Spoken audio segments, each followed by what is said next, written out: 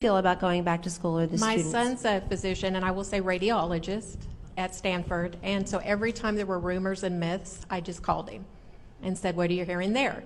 And he never once, not once, said, please don't go back. He knows how much I love my special education students, how much they need those special resources like your speech, my other colleagues provide.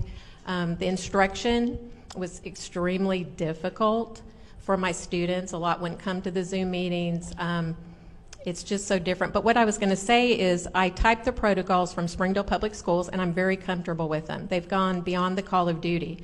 I gave that to my allergist, emailed it to my son, and both of them gave me, with precautions, the ability to go back. And I want to be there for my students and help them navigate through this and make them comfortable to come back safely. That's great. Thank you. Thank you. School choice means parent choice. So our last set of questions really go to the parents and the importance of parents' ability to choose the right education for their children, particularly within this dual medical and financial pandemic. Mr. President, we have with us today, and I want to read it so I get it all right, Janie Neely of Columbia, South Carolina. She's a former public school teacher herself. She's a reading specialist. Her zone school district plans to provide full-time virtual instruction. She believes her high schooler will be fine, but her kindergartner has Down syndrome and must receive in-person instruction. Janie's husband, Chris, is here. He serves as the chairman of the President's Committee for People with Intellectual Disabilities. Thank you very much for being here, Chris, and God bless both of you and your children. Would you like to tell us a little bit, Janie, about how you're approaching this school year? Absolutely.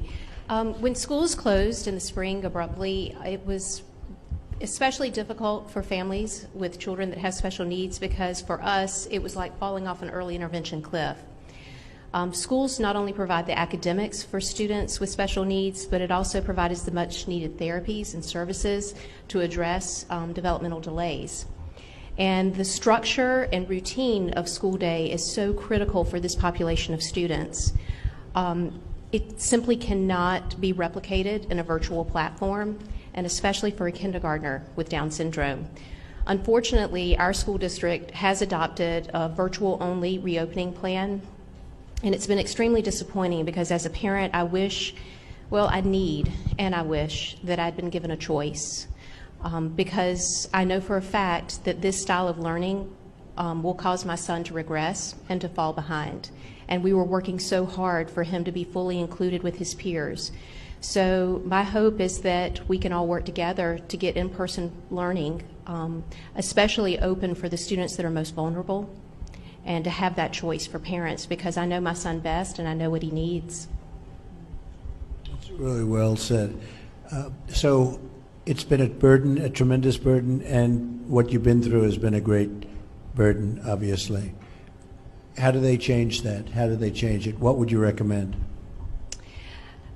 I think families with children with special needs were already carrying a pretty tremendous burden. We are constantly incorporating different therapies and things of that nature. What's nice about it being incorporated in the school is that it happens during the school day. Unfortunately, in my situation, we've now been forced to change and to find another school option for our son. We're fortunate because a lot of families don't have that option, because smaller schools, private schools, parochial schools may not have the staff and the structure to accept children with special needs. So there's not always that option. We're fortunate in that situation, but now my family's taking on the burden of not budgeting and planning for tuition. So having the dollars follow the student is very critical for a family like ours, and now I'm also having to plan all of his therapies on the outside. So we're talking about a kindergartner that's going to school from 8 in the morning till 2:30 in the afternoon, and then he has to have occupational therapy, physical therapy, speech therapy all after school. That's a long day. It's a lot of work. It is. Thank you. Fantastic job. Thank you very much. Thank you. How did she do, Krista? She did actually not bad. Not too bad. Thank you. You know, I think the conversation in America right now, the children with special needs have really been left out. And so, Mr. President, I want to thank this administration.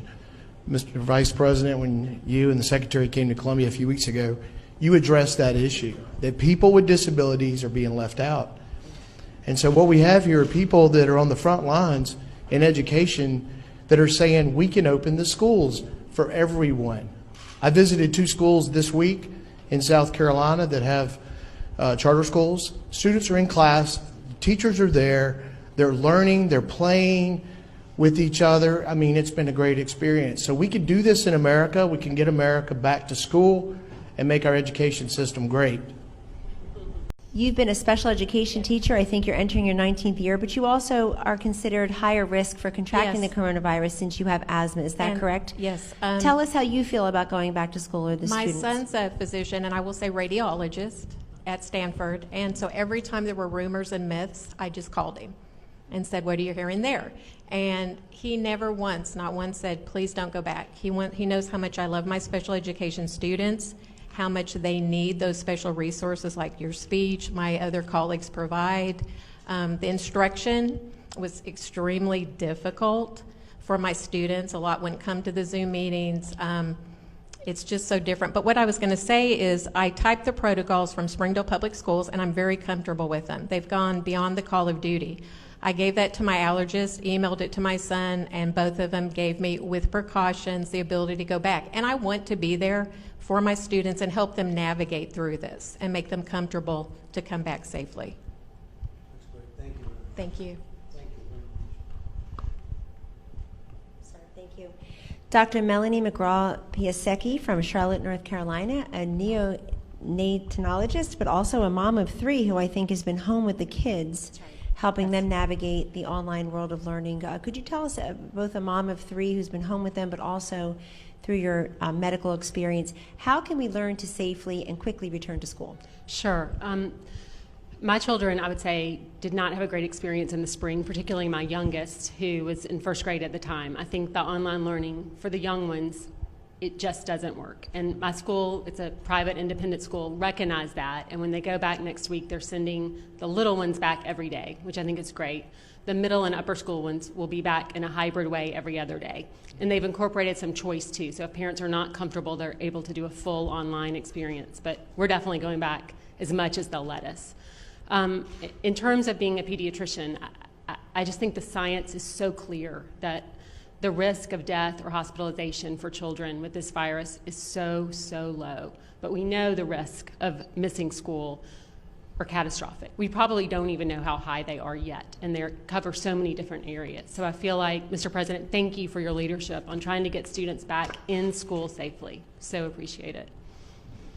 And the concept of every other day seems a little ridiculous, right? If you're going to do it, you do it. If you're not going to do it, the concept of going back, even from a management standpoint from the school, every other day seems very strange. I think the idea is they're going to take half the student body on A days and half the student body on B days.